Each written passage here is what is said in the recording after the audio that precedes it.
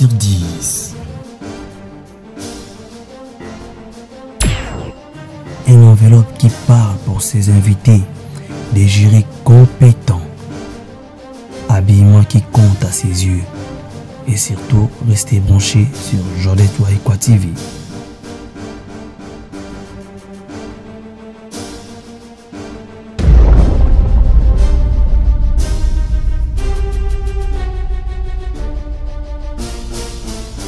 Bienvenue dans votre émission Combien sur 10 sur Jodette Waïkwa Télévision. Je suis heureux de vous retrouver encore sur notre chaîne Jodette Waïkwa Télévision. Phrase finale de l'émission Combien sur 10. Donc Combien sur 10 déjà.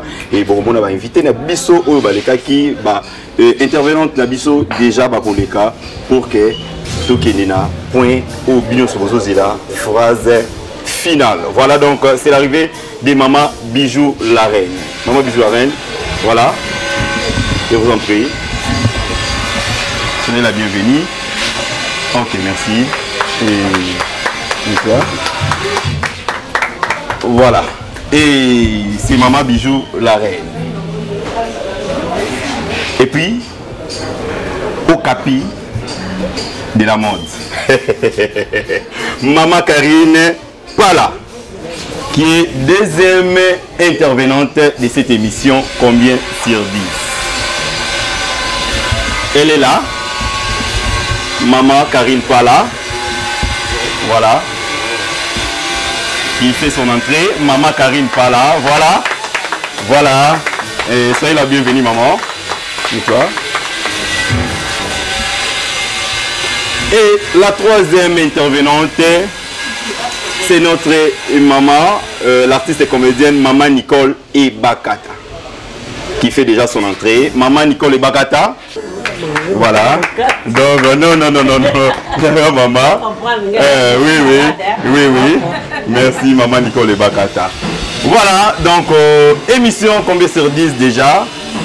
Tous nos invités sont déjà dispo pour que tout comment na finalité na biso final il y a émission Combien sur 10. Voilà, comme titre de rappel, première intervenante na biso Izaki Maman Karine Pala, et où déjà Azwaki Bapo Enaye, Jiri, Tozaki déjà na Kenzo et Maman Zidane et puis Maman Mao, avec comme juriste de la biso et Kenzo appelé ça qui Maman Karine Pala 7 sur 10, Maman Zidane appelé ça qui 5 sur 10 et puis Maman Mao et qui vous l'a appelé ça qui 9 sur 10 au total et ça qui 21 points et pour la première candidate na biso Maman Karine Pala et deuxième intervenante Tozaki Bongona Maman Bijou la Reine juriste de la biso Zaki Kenzo Moulassi Zidane Lobota et puis Lovita. Et Kenzo appelle ça qui comme 6 points. Et Maman Zidane appelle ça qui 8 points. Et Lovita appelle ça qui 5 points. Au total, ils ont 19 points. Et troisième candidate Nabiso pour finir. Et ils ont Bongo Maman Nicole Ebakata. Et juriste Nabiso Maman Zidane Lobota, Kenzo Moulassi et puis Mamisa Chama. Donc, de la part, il y a Maman Zidane appelle ça qui 7 points, Kenzo Moulas appelle ça qui 8 points, Maman Mamisa Chama et appelle ça qui 9 points, au total 25 points. Challenge final, Lelo, tout ça autrement, pour que tu aies sa gagnante, il y a émission de Combien sur 10. Voilà, restez toujours branchés, connectés dans votre émission Combien sur 10 sur la chaîne Jodette Waïkwa Télévision avec Montréal et Réal des Lunars. Voilà, donc ça se passe comme ça. Et tout commis déjà à point de départ, on a biso avec nos invités. On va déjà présente. Voilà, Maman Bijou la Reine, bonjour. Bonjour papa. Voilà, Maman Karine Pala, bonjour. Bonjour. Voilà, Maman Nicole Ebakata, bonjour. Bonjour. Voilà, du côté du jury, et Maman Zidane Lobota, bonjour. Bonjour. Voilà, merci. Eric Moulassi Kenzo, bonjour. Bonjour, c'est bon. Voilà, Maman Mao qui vous là. Mao qui vous là. C'est comme ça. Maman Mao qui vous là. Qui voulait. Oh là. Merci Maman Mao qui voulait. Bonjour. Bonjour, c'est bon. Merci beaucoup. Maman Karine Pala. qui est la première intervenante de cette émission. Est-ce que ça va, maman? Ça va très bien. Qui m'est vraiment? Qui m'est allé sauf qu'il fait chaud. Il fait chaud, voilà. Ça va. Oui, et puis il a bien, maman, pour la finale. Oui, pourquoi qu'ils ont fini? Oui, mais on espère qu'on remporter. C'est ça, non? Voilà. Donc, vraiment. Et maman Bijou la reine, ça va? Qui m'est allé? Moral les a bien. Oui, puis nous assure. Oui, puis là, oui, la Bindou qui va vraiment.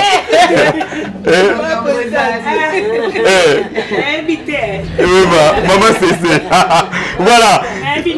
Merci beaucoup. Il y a Nicole Bagata. Malgré toute santé, mais ça va quand même. Santé, ça m'a eh, oui, quand même, oui. Il y a Nicole, oui, Pinda. Voilà.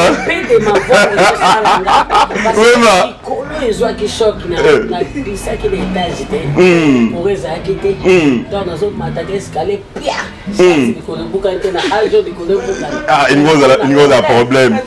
Problème vraiment. Mais quand même, talent, Betty à mon c'est bon. À l'aise. Voilà. Voilà, donc c'est l'ambiance, c'est l'ambiance. Oui. Nani a gagné, voilà. Voilà. On va découvrir ensemble. Voilà, on va découvrir ensemble avec vous, les abonnés des Jodet Télévision. Voilà, donc, et du côté du jury, est-ce que vous êtes content? Il y a invité Nabiso. Ouais, vous êtes très content. Voilà, Lélo, Tolobi, Nengebino jury, vous êtes côté, Zate, tout travailler la transparence, n'est-ce pas? Voilà, pour nous, ça grandit Nabiso, il y a Mukolo na Lélo.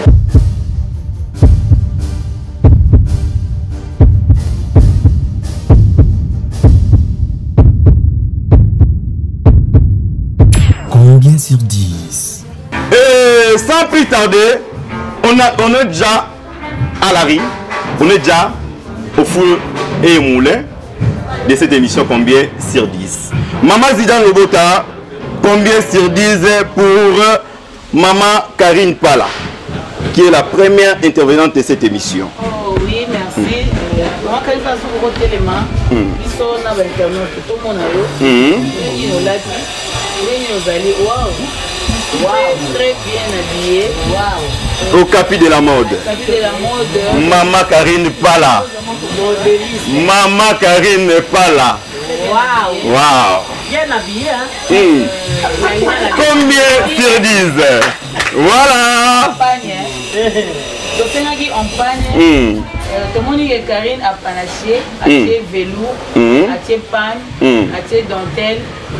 Nicolas Nina soirée, c'est très beau, c'est une à la télé. Moi je trouve que moi extravagant c'est dans ma classe, la tenue à Karine, mais la tenue cérémoniale, elle est très bien habillée. Voilà. L'exigence elle est très bien habillée, mais c'est moi extravagance, moi mini. Et on appelle si 7 sur 10, voilà. 7 sur 10 pour maman Karine Pala. Et pour la maman, la compte maman Zidane Lobota. Voilà donc. Kenzo Moulassi, combien sur 10? Ouais, merci. Encore une fois, bonjour. Bien habillé. Bien habillé. Non, surtout ça va. Ça va vraiment, ça va. Ça va vraiment, ça va. Combien sur 10? Dan, dan, dan, dan. 10 sur 10, waouh! Waouh, bravo! C'est pour Kenzo Moulassi, 10 sur 10. Maman Mao Guy Voulé, combien sur 10? Merci beaucoup. Voilà. La Joliette télévision. Voilà. Pour l'initiative à Boulé. On a toujours envoyé des fleurs parce que c'est la toute première émission. La communauté n'a dit que la Jaro. Voilà. En tout cas, félicitations. On va m'avoir voté. Moi, j'ai préféré que et que les gars, merci à toi aussi pour la considération. Voilà. En tout cas, merci. Mais pour madame Karine Pala, voilà. Combien sur 10? Combien sur 10? Voilà. Elle est vraiment jolie. Elle a dit Kikoko. Moi, je donne 9 sur 10. 9 sur 10, voilà. Donc, 9 sur 10 pour Maman Karine Pala. Maman Karine Pala. Et toi, merci beaucoup. En tout cas, émission est vraiment.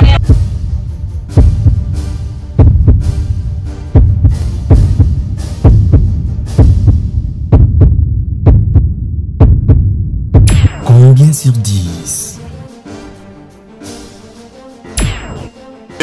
C'était Maman Karine n'est pas là. Voilà donc de la part de Maman Jodette quoi. Merci beaucoup Maman Jodette. Coup de chapeau, c'est ça. Ça se passe comme ça sur notre chaîne Jodette quoi télévision. Maman Bijou la Reine. C'est mon qui est Maman Bijou la Reine. Donc voilà, moi ma beaucoup pour Maman Bijou la Reine. À Kanyango Penda bien là. Ah, Maman Bijou la Reine, Maman CC, voilà. De la part du jury, voilà. Maman Zidane Lobota juriste, combien sur 10 pour Maman Bijou la Reine? Bijou la Reine, très bien habillée. La main on a couleur, on a kitoko makasi. On a teinture, on a la main on a frappant. Voilà. Et puis ici, donc voilà. S'il vous plaît, ça me rôle un peu mninga. Voilà. Et la main na tenue na teinture na modèle na kitoko. Voilà. Simple mais bien. Maintenant kitoko makasi. Vraiment. Aujourd'hui on a ma beaucoup on est la même bande. Ok. Maintenant on a des ordres de beauté à après le bail na muteka pata muteka tukuna che kwa rota la yo bamona ndemo kangeli yango okangi yango un peu désordre classer yango te pourtant tu as en deux pannes il fallait là ta zibola na on a c tu zibola na on a c bandi et ça du droit tawa après il y a likolo batiaka yango un peu mopanzi yo ye nango au classer yango awa mais ça va ok nango bien et ça problème te on a précieux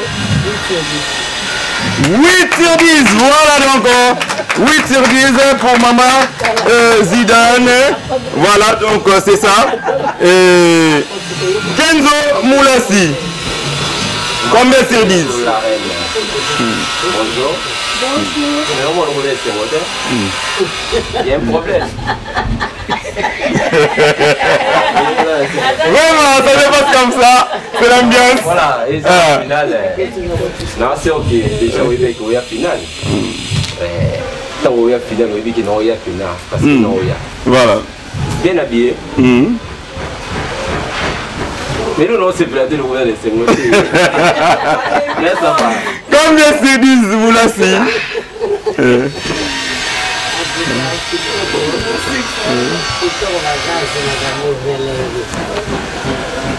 8 sur 10 pour Kenzo Moulassi.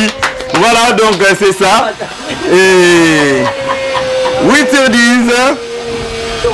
Maman Mao qui voulait. Combien sur 10? Là, dans nos baquets, Bijou la Reine, elle a tiré Liputa. Elle a respecté Liputa. Elle a tiré Liputa parce que l'on écoutait. Voilà. Mais, en tant que moi, c'est là qu'il y a Liputa, là, il y a Libaya. Les gars, là, si ma putain est venue bien, je marque à mon corps, il y a Liputa. Il y a Liputa, va commencer à me faire. Parce que la mort, quand on a la peau, à qui son converse n'a pas. Voilà. Puis, Libaya, là, parce que du Togo, mais on respecte la 15. Moi, si on a la fille du Libaya, je peux faire la belle na pince. La pince va tirer à il faut faire la 4. Voilà. Au côté de la montée, pince à côté gauche et Mali. Et donc, les autres, ils ont Libaya, ils ont robe de Libaya. Voilà. Donc, Nayango.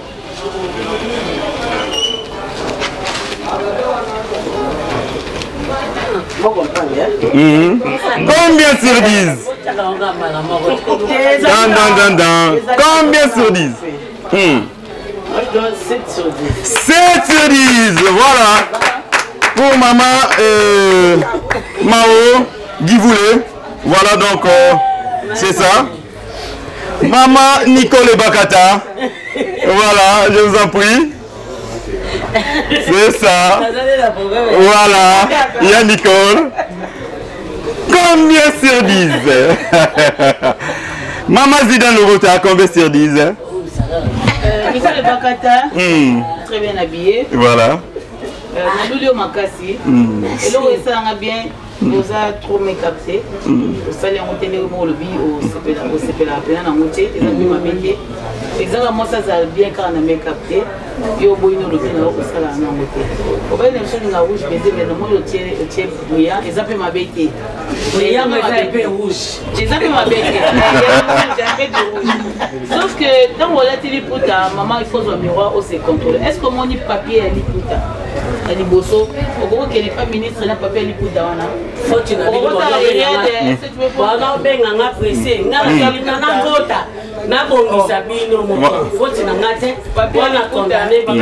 Papa Liputa, ils vendent vraiment la figure.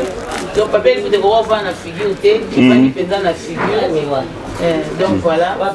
Ils ont aussi bien au monde, Papa vend la figure. Mais en soi, ça va. Et puis, Liputa, on est au Canada.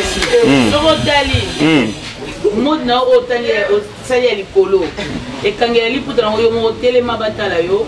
Et que c'est le roi Jeep évasé. Au bon salon, c'est le roi Jeep évasé. Vraiment? Oh, Liputa, il faut qu'un mot classique. Il faut qu'un mot classique, on a des ventes tout droit. Non, on a un panier. Donc, pour un mot, il faut le barata. 7 sur 10, voilà. Donc 7 sur 10 pour Maman Zidane Lorota. Voilà. Voilà. Ça se passe comme ça. Voilà. 15 Moulassi, combien sur 10? Ouais. Encore une fois, bonjour Maman Nicole et Bakata. Bonjour. J'espère que vous avez la compétition. La finale, pour se préparer.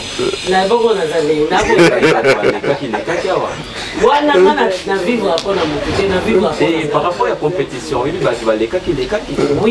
c'est que non, là, tu as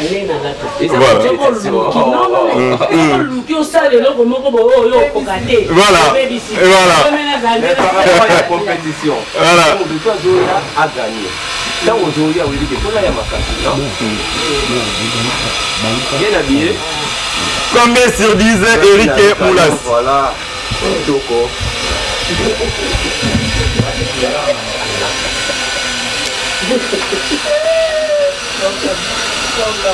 6 sur 10. Voilà. Pour Eric Moulassi. Voilà.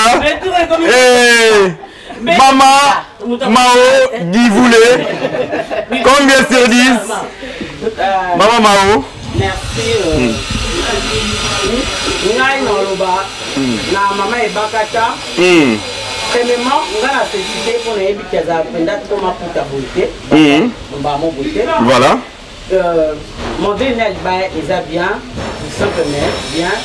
L'écoute à fait, on carry bien. Maquillage, vraiment que c'est simple, c'est chic. Mais le problème, il y a ma classe, c'est que tu as l'hypothèse. Ceux qui ont là, c'est là-bas, ils ont évasé. Ceux qui ont là, c'est là-bas, ils ont évasé. L'hypothèse, va l'hypothèse normal. Vous comprenez, il y a parce que voilà. Il y a par sentiment par rapport à ce qu'il y a à l'attaque. Oui. Liputa ndingo ukangiango vraiment bien fait. Na liputa on se dit que bango botobi obima ngwata na porte koko mate koya. Ça tellement beau et qui dit na c'est beau o bana on ba go koya te joli. Na pas problème. Voilà. Sinon c'est vraiment joli. Ça bien. Merci 6 sur 10. Voilà. 6 sur 10. Merci Maman Nicole et Bagata. Voilà. Mena, Tokomi Nasuka, il y a finale Nabiso pour que tu ça va point. Tobimisa gagnante Nabiso Yamkola Lelo. Un mot déjà pour Naba intervenante Nabiso par rapport à Tokoma déjà Naba point il y a final. Maman Karine pas là. Merci pour la parole. Je remercier l'initiatrice, je crois, Ezaki Jodette. Voilà. Je remercier l'initiative Ezali, Madame Mouko, ça beaucoup plus parce que nous avons des gens qui Kolata, Kolata, Ezali Kakali Kukate. Kolata Rapenion, mais le bateau Zaka africain, Tolinga Kotombola, Liputa. Pour dire que Liputa, les lots, les gars, les Aïka, un mariage, coutumier, bah, mon yon a le Liputa. Mais les lots Liputa, au conseil, on a un nyonso. Tenu à cérémonie nyonso pour ça. Alors, la félicité, Bande Konangaï, bijou, et ça l'a nommé Bakata Nandé, Balati Kitoko, Naba, Koto, bah, jury, bah, pesi, bah, mongaï, en tant que si c'est non, ça va pas demander une invité. Hein, net, bah, pince, bah, nini. Alors, les noms, bah, normalement, si Dan Cardinal, bah, c'est trop extravagance. La zone ici, on a un peu de foot, pour dire que dans le pays, moi, la femme, pantalon, ni journée internationale de la femme. Mais là, tu as un pantalon, haïtienne, je ne sais pas. Alors, maintenant, par rapport à l'extérieur, le bac n'a pas été final.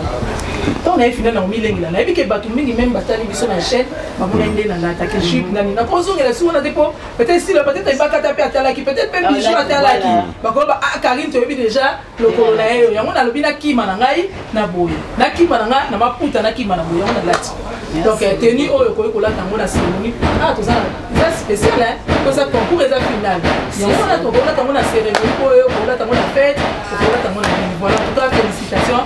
Coup de chapeau dans le jury, coup de chapeau dans la... Merci beaucoup. Merci beaucoup. Que les meilleurs gagnent. Maman Bijou la reine. Un mot. Que les meilleurs gagnent. Les meilleurs gagnent.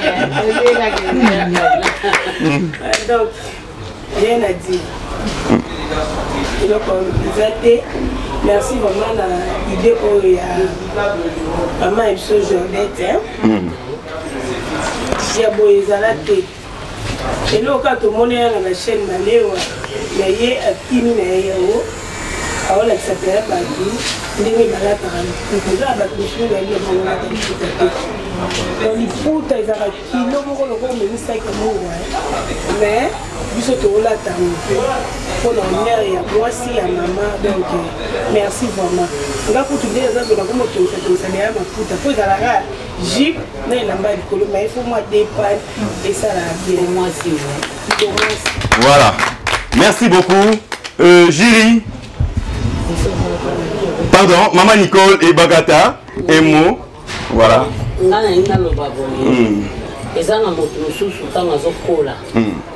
Azokola na liputa voilà alingi liputa tia kuli yana mutu musuta azokola ndeti nga na pesi exemple na koli tron na kilote ya mukuse na koli tron na nini na robe ya mukuse donc na koli tron na biloko wana lelo sona koma okangala ya msu liputa ya msu na robe na ko jouer et c'est na kangala liputa voilà lelo sona koma okangala ya msu liputa et comme il est dans l'église, il est dans l'église, vraiment dans une difficulté, il y a vraiment liputa. On a vraiment liputa. On a la robe nanga, ateza mulai mais na la robe nanga tout ça pas na kei. Liputa est difficile pour nos kanga. Surtout na biso to la harmonie. Mais na bato ba la na facilité. Dès ceux qui n'a pas vraiment pour kanga liputa kitoko comme nazaki pressé. Na petit vraiment liputa. Malheureusement na évité balasima, mebi que to robongisa. No ba te na yeba ndenge balate la liputa mais na linga ko la ta liputa na le papa. Si on a des problèmes à l'école, on a des problèmes. Il faut mettre la carotte dans la coupe na génie. Et c'est bon qui n'ango. Mais ce que bon il faut combattre la pango. Voilà. Merci beaucoup. Merci beaucoup. Déjà, on est déjà arrivé à la fin de cette émission. Tout bien ça. Gagnant. Maman Nicole Bagata. Aussi ça il m'a rebatté. Oui. Déjà m'a déjà. Maman Mao, il voulait. Un mot? Pardon, Mazidan, parce que Kamou est une très capitale. Naïkana Loba, Nabaleko, ma participante, bato boya so mbala sima eloko ka moko eza ko retenir. Vous voyez quand eloko moko ya sika et na communauté ezo valoriser bato moko boye il faut qu'on respecte. Voilà.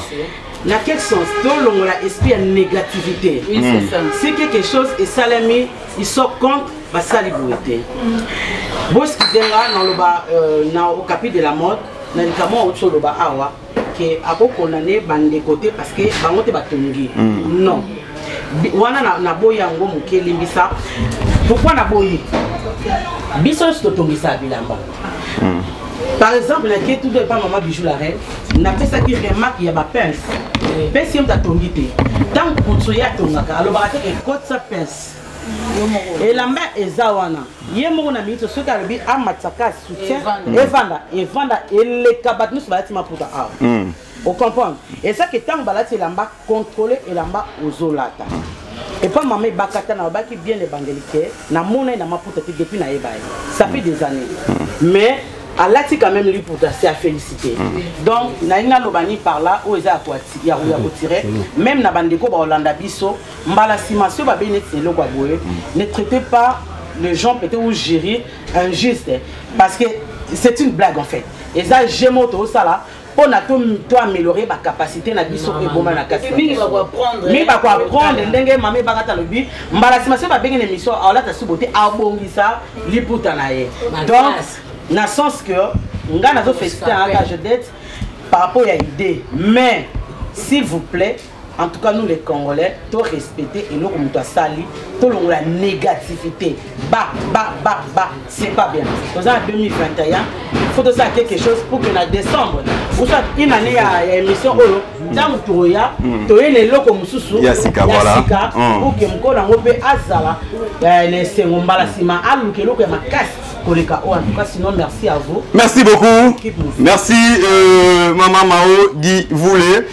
Voilà.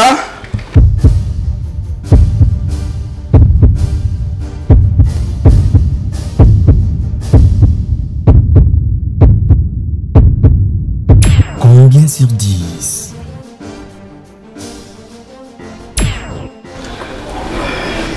La troisième place. Elle est là. C'est notre maman Bijou la reine. Bravo, bravo, bravo. Félicitations maman Bijou la reine qui s'occupe de la troisième place. Maman Bijou la reine. Ou la troisième place. Félicitations pour cette aventure. Et la deuxième place, maman Bijou la reine, la troisième candidate de Bijou Abimina, 42 points. Et deuxième place, Abimina 44 points, c'est maman Nicole et Bakata. Voilà, 44 points. Et la première place, elle est là, au capi de la mode. Maman Karine Pala, Abimina 47 points. Voilà, donc notre gagnante, c'est maman Karine Pala, au capi de la mode. Voilà, donc challenge la biso, Yamkola Lelo. Et merci maman Karine Pala, cadeau na de Jézaona. Et déjà, félicitations, félicitations. Et puis le reste, il y a moi Denis Super. Voilà, bravo pour maman et Karine Pala qui est voilà, et oui, les Zawana, ça qui va les Anayu, voilà, oui, les Alinos, les Zawana. Et voilà, merci beaucoup. Un mot, maman Karine Pala, tu as la caméra la biso. Un mot par rapport à ça, par rapport à j'ai une biso aventure dans une commune à Souka et puis au bimi la première place. Merci, je remercie vraiment Bateau accompagné qui biso dès le début il y a concours il y a jeune biso, je remercie Bango, je remercie l'initiatrice Jodette na eloko kitoko kwa sali émission bo il faut ça la rapport et permettre biso pe misa na biso ba styliste et kita moi. Pour ça biso to komi koyeba ndenge to koyi kolata et ko sala bien. Je remercie membre jury dans ça kitoko basali to sepela ka pona ba cadeau te yango pe accompagner mais to apprendre des mingi. Comment tu apprendre mingi, équipe technique, nous surtout merci. Pour continuer na élan oyo et vous allez bien pour tout théâtre batu na mboko mona na matanga la tiboé na fête la tiboé mais na o bozo sala confusion na o bozo sala bozo msa biso na. Merci beaucoup. Merci beaucoup, maman Karine Pala. Déjà, tu as commis notre Totelemi Nabiso. Totelemi et maman Nicole Bakata. Voilà. Totelemi Nabiso, moi Liloba. Oui. Et Eza obligé. Maman Nicole Bakata. Parole. Voilà, donc ça se passe comme ça. Voilà.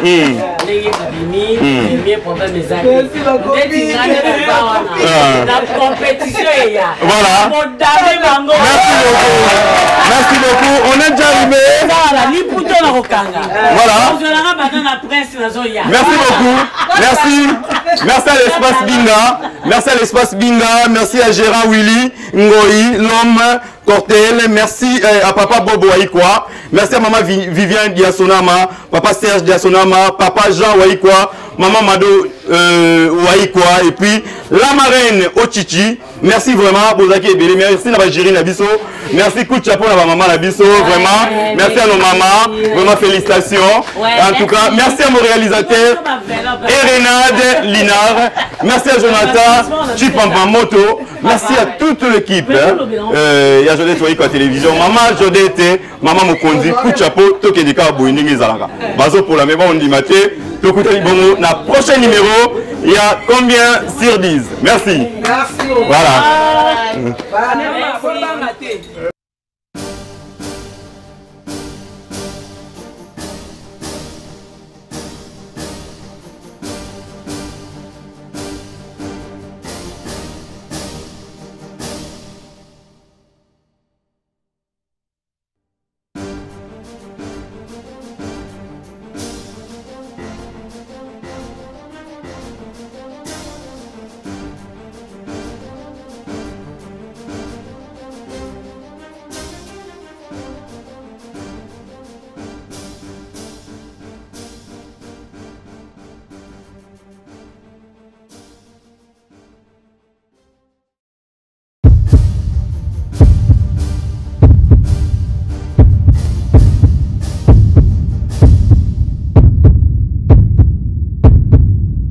Combien sur 10? Voilà, au début gagnant, il y a émission Nabiso, combien sur 10, une catégorie pan. Voilà, donc impression dans les animes par rapport à Nyoso Balani, on a chez le fanatique Maman Karine Pala. Merci, na remercier na bango pour accompagner biso dès le départ na émission na jeune absolument bandaki si to comme na suka na remercier Jodette initiatrice la bosalité équipe Mopumba où est travaillé équipe technique et membre jury na remercier bango pour na musala kitoko basali en tout cas nga eloko na kolobaka kaka na batu kola pesali kola tapé kese voilà on to comment on a musala n'importe quoi peut-être que soit évité mais grâce à des missions les osenga batu bazonga na nzela par rapport ya kolata voilà donc kolata eza na ngoma ngo kolata ngo wapi kolata ngo ndenge nini okobongisa ne surtout ezaka ba question tango kolata eloko kolata teke eloko moko boye eza na moment wana ti donc il amba pe ezaka concorder na maquillage ezaka concorder na nyoso wana je te dis ngai tango na salaka couture na bati ko na sala na esthétique na coiffure parce que ça va de pair okolata kitoko so maquillage evandi kitoko te ekosimba te donc nyoso tout ça va de pair kolata elongi na yo coiffure na yo nini olati na makolo nyoso tout ekendaka nzela mo yango nyoso tout il faut koyekola yango nga na conseiller bato toujours koyeba kobongisa elongi ata soki ozala mbongo okende pa maquilleuse te yo moko koyeba ndenge kobongisa elongi na yo ndenge nini okoki kobongisa motu na yo ndenge nini okoki kobongisa kolata et puis détail moko sur détail voilà biso soki ozalaka taille moko te biso nde tovandi awa ezalaki mama bijo anga nazali awa ebakati azali awa toza nzoto moko te mutu na moto aza na taille na ye oyo aza nango donc elateli na biso mpe koki kozala ndenge moko te eloko mosusu nga nakoki kolinga nalata mpona namoni na ndenge taille nanga bijo olata te ebakata olata te eloko ebakata baolata lisusu par rapport a taille nga na kolata te bijo donc il faut kotenir compte na taille lilula lula te tala taille nga moko oyeba Vraiment, merci beaucoup, Maman Karine Pala. Félicitations. Merci. Donc, je crois bien prochainement, et si Dieu le veut, peut-être dans la catégorie Moussous Rose, parmi l'Algérie. Oui, ou bien parmi bien, on y a couronné. Voilà. On va mettre cadeau là. Voilà. Tu vas gagner. C'est ça, maman. Oui. Mais on est quand même contente par rapport à ça.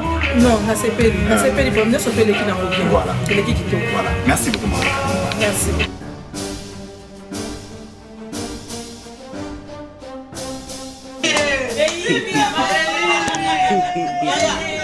Bon maman.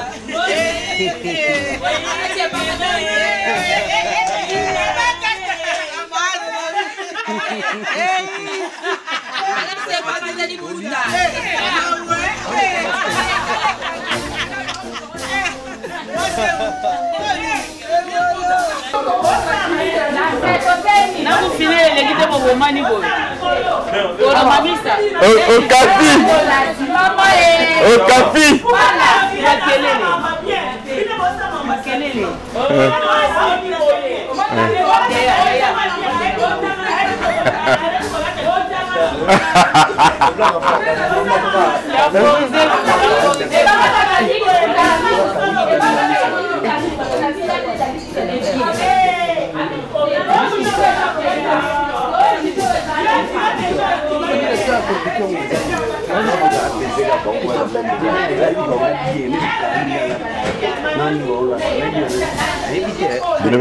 Boche bata ba point pour les gars pas là.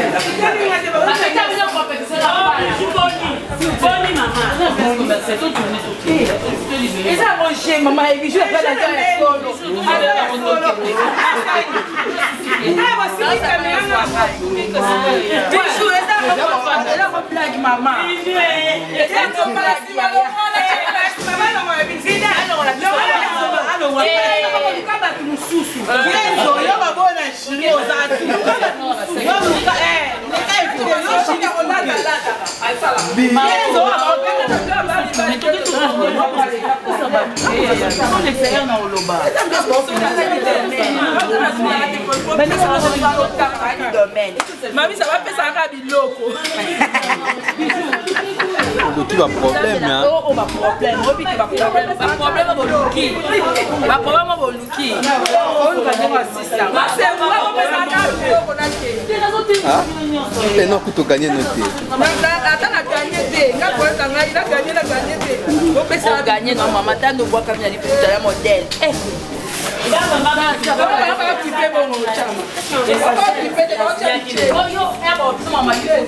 Nicolas Tambo.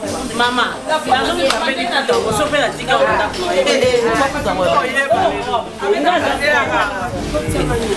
Ngatala. Ya yuna yoki.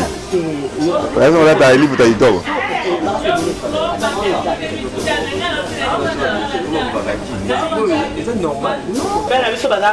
Ok. Oui, ça va.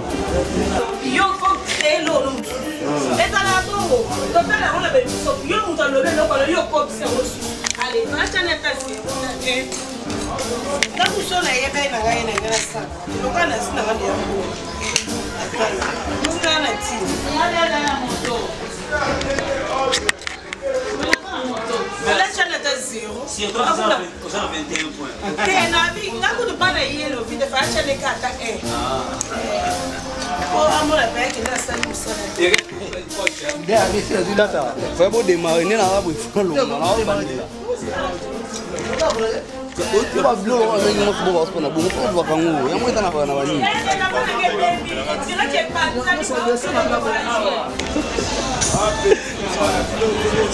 siko lofita nini yona sera wa mamoto te nini kuna yona bijou nini o ayela nga elamba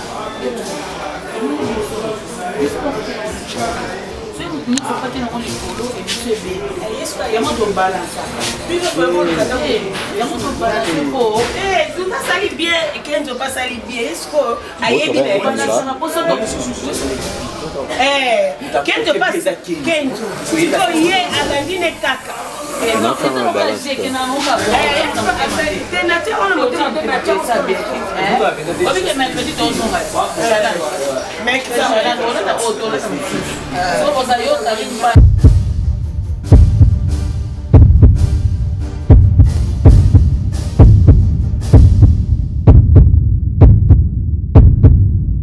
Combien sur 10?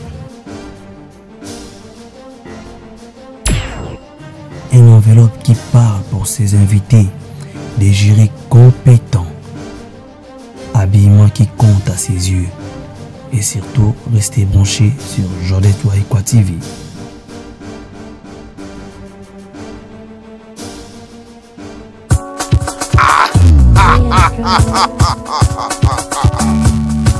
L'heure est grave. Bokoto, on a Jordan Touaïkwa TV, vous s'abonner massivement. Koto,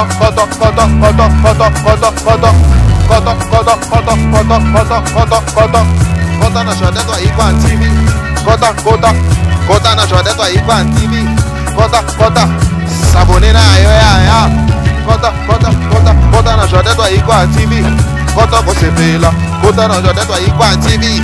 Koto komona bagage ezali awa bateatre kuwe ezali awa bafilme asombo ezali awa tate mame aye iyo kota na chane YouTube na Jordan Touaïkwa yokosepela kota na Jordan Touaïkwa TV kota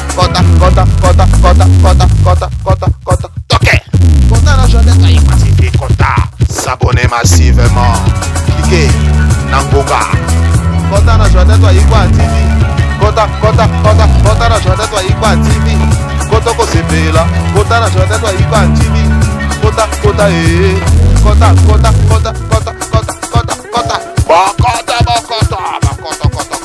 l'air est grave. Le bonheur ne se trouve pas que chez les voisins. Kota.